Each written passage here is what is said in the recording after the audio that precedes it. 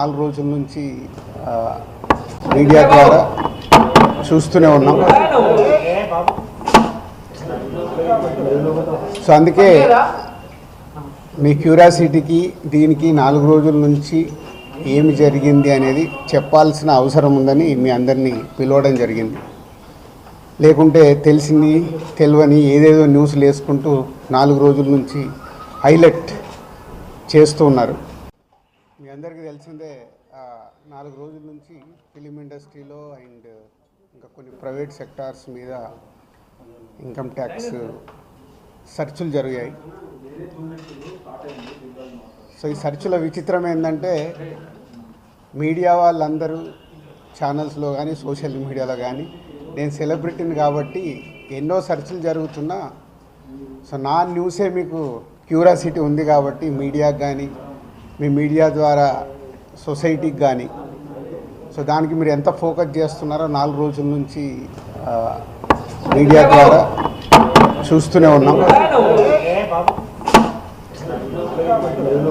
So అందుకే మీ క్యూరియాసిటీకి దీనికి 4 రోజుల నుంచి ఏమి జరిగింది అనేది చెప్పాల్సిన అవసరం ఉందని మీ అందరినీ పిలవడం జరిగింది. లేకుంటే తెలియని ఏదేదో న్యూస్లు వేసుకుంటూ 4 రోజుల నుంచి హైలైట్ చేస్తూ ఉన్నారు. ఇన్కమ్ ట్యాక్స్ సెర్చ్ అనేది మాకు 2008లో ఒకసారి జరిగింది. అంటే దాదాపు 16 సంవత్సరాల తర్వాత ఈ సెర్చ్ జరిగింది. మధ్యలో 3 టైమ్స్ సర్వేస్ ఉన్నాయి. సర్వేస్ అంటే అకౌంట్ ఆఫ్ బుక్స్ అనేది చూస్తారు. సో ఈ సెర్చ్ అనేది ప్రాసెస్, వ్యాపారాలు చేస్తున్నప్పుడు ఇన్కమ్ ట్యాక్స్ చేయాల్సిన ప్రాసెస్. అలాగే మా మీద కానీ అదర్ వేరే ప్రొడక్షన్ హౌజెస్ మీద కానీ ఫైనాన్సర్స్ మీద కానీ నిన్న సెర్చెస్ అన్నీ ఉన్నాయి. పోతే మా దగ్గరకు వస్తే మా కుటుంబం మీద ఏదైతే ఆఫీసు ప్లేస్ ఉందో ఆఫీస్ దగ్గర ఈ సెర్చులు జరిగాయి.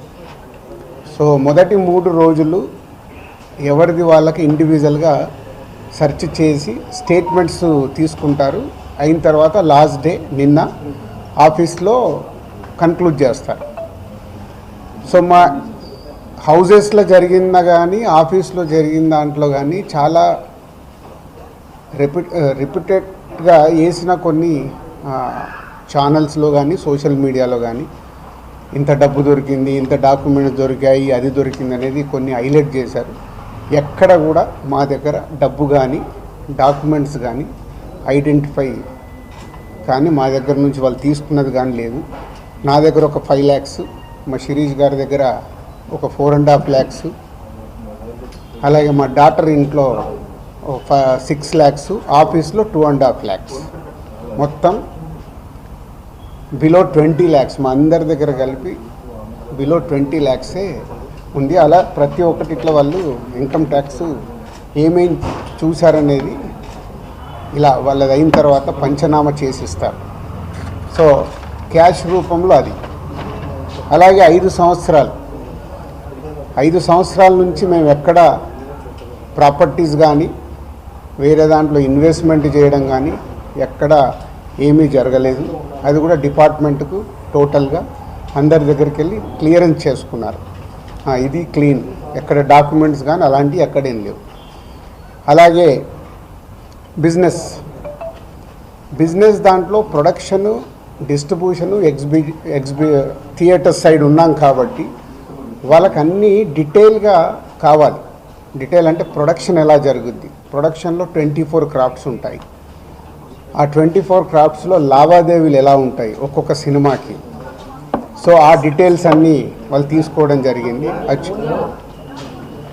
అలాగే డిస్ట్రిబ్యూషన్ సైడ్ ఎలా ఉంటుంది, ఎగ్జిబిషన్ సైడు ఎలా ఉంటుంది అనేది వాళ్ళన్ని డీటెయిల్స్ అడుగుతూ అందరి దగ్గర తీసుకొని ఫైనల్గా నా దగ్గర నిన్న ఇవన్నిటిని ఎవరెవరు ఏమేమి స్టేట్మెంట్లు ఇచ్చారు, ఏముంది అనేది ఫైనల్ నాతో నిన్న కన్క్లూడ్ చేశారు. డిపార్ట్మెంటే ఆశ్చర్యపోయింది. అంటే ఇంత దిల్రాజ్ గారిని మేము ఏదో ఎక్స్పెక్ట్ చేసాం, అలా ఉంటుంది ఇలా ఉంటుందని సెర్చ్ జరిగేటప్పుడు దే ఆర్ వెరీ హ్యాపీ. వాళ్ళకు మాకు జరిగిన కోఆపరేషన్లో కానీ దాంట్లో కానీ they are very happy department. ఫర్దర్గా ఆడిటర్స్ డిపార్ట్మెంట్ ఉన్నదాని మీద వాళ్ళు క్లారిటీ చేసుకుంటారు. అన్ని బుక్స్ ఆఫ్ అకౌంట్స్ కరెక్ట్గా ఉన్నాయా, ఇవేమున్నాయి లాస్ట్ 5 years అని అవన్నీ వాళ్ళు చేసుకొని కన్క్లూడ్ చేస్తారు. ఇదైపోతే మా మదర్ది అమ్మకి 19th రోజు కాఫ్ కోల్డ్ ఎక్కువైంది. 19th అయిన తర్వాత ఇంట్లో వెళ్ళేసి ట్రీట్మెంట్ తీసుకొని వచ్చి ఇంట్లో ఉన్నారు. సడన్గా కాఫ్ ఎక్కువ అవుతే ఇమీడియట్లీ హాస్పిటల్కి పంపించాం. దానికి ఎవరో కొందరు హార్ట్ అటాక్ అని ఇంకేదో అయిందని రకరకాల న్యూస్లు క్యారీ చేస్తారు. She very fine. జస్ట్ 2 రోజులు షీఈ్ 81 ఏజ్. 2 రోజులు హాస్పిటల్లో ఉండి ఇప్పుడు డిశ్చార్జ్ అయ్యి వస్తున్నారు. She very normal. Lungs infection కొంచెం పెరగడం వల్లే కాఫ్ వచ్చింది. దానికి ట్రీట్మెంట్ తీసుకొని వస్తున్నారు.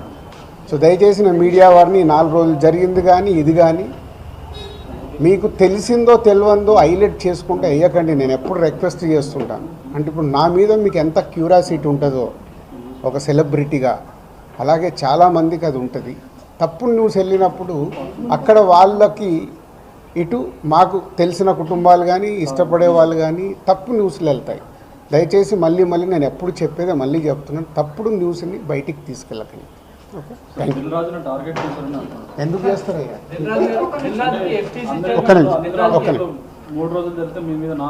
4వ రోజు నాది కాదు కదా, మైత్రిలో జరిగింది, అభిషేక్ మీద జరిగింది, ఇలా అందరి మీద. ఇది ఇండస్ట్రీకి సంబంధించి ఎందుకు టార్గెట్ చేస్తారు? ఇన్కమ్ ట్యాక్స్ అనేది ప్రాసెస్, ఇదేమో ఇల్లీగల్ కాదు.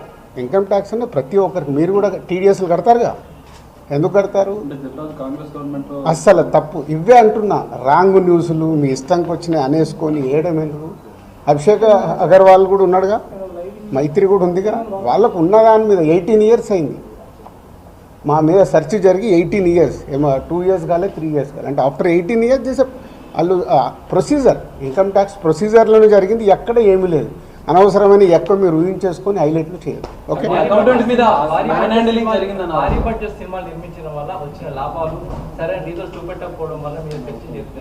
నా దగ్గర కాదండి, మొత్తం జరిగితే మళ్ళీ మీ దగ్గర అంటారండి.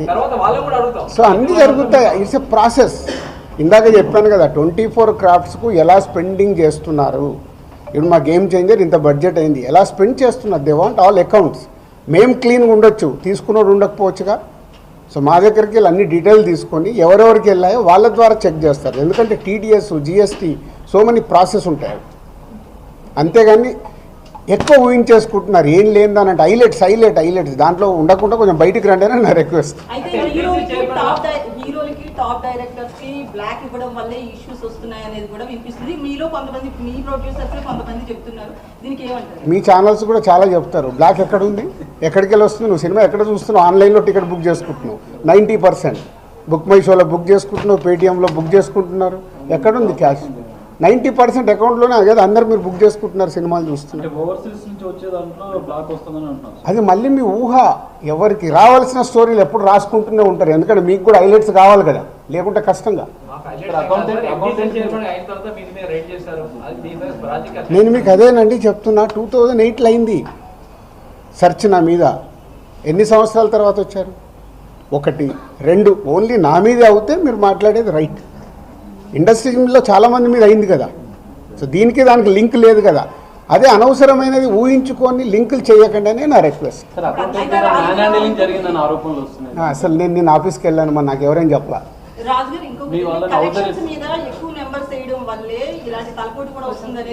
అది మొత్తం ఇండస్ట్రీ అంతా కలిపి మాట్లాడతాం. అది నేను ఇండివిజువల్గా మాట్లాడకూడదు. అలాంటి ఏదైనా ఉంటే కరెక్ట్ చేయాల్సిందే. ఇండస్ట్రీ తరఫున కరెక్ట్ చేయాలి. 22 నుంచి మీరు ఐటీ ఫైల్స్ చేశారా సార్? ఎవ్రీ ఇయర్ ఉంటుంది. 22 నుంచి అంటే ఎవ్రీ ఇయర్ ఉంటుంది. అదే 22, 23 వరకు అసెస్మెంట్స్ అయిపోయాయి. 30% స్లాబ్లోకి ఎంటర్ అయ్యారు కదా, దానికి సంబంధించి కూడా క్లియర్ ఉందా? ఏంటది? 30 రూపాయలు దాటితే ఐటీ అన్నదాన్ని మీరు ఎక్కడున్నారండి బాబు? నా కంపెనీ టర్న్ ఓవర్ ఎంత 30% గురించి మాట్లాడతాను. హైలైట్ టర్న్ ఓవర్ నా కంపెనీది. ఎప్పుడో 2008లోనే నా సర్వే అయిందంటే అప్పుడే ఎంటర్ అవుతుంది కదా అవుద్ది. అయితే ఫిల్మ్ ఇండస్ట్రీలో రైట్స్ జరగడం కూడా ఒక ప్రెస్టేజ్ ఇష్యూగా కొంతమంది చూస్తున్నారు. డైరెక్టర్లు, హీరోలు వీళ్ళంతా దీనికి ఏమంటారు మీరు? అంటే ఇన్కమ్ ట్యాక్స్ వాళ్ళు అదే అంటారు, సార్ మేము వచ్చినామంటే మీరు పెద్దోళ్ళు అని. సో మీ మీద కూడా చేయించుకోరు, మీరు ఫాస్ట్గా పెద్దోళ్ళు అవుతారు. సార్ మీ సిబ్బందిని కూడా హౌస్ అరెస్ట్ చేశారన్న వార్త. అది న్యాచురల్. అంటే హౌస్ అరెస్ట్ అంటే ఇప్పుడు నేనున్నాను 3 రోజులు మీ వీడియోలు తీస్తున్నాను, నేను ఎక్కడికైనా వాకింగ్ చేస్తాను, బయటికి వెళ్ళనివ్వరు.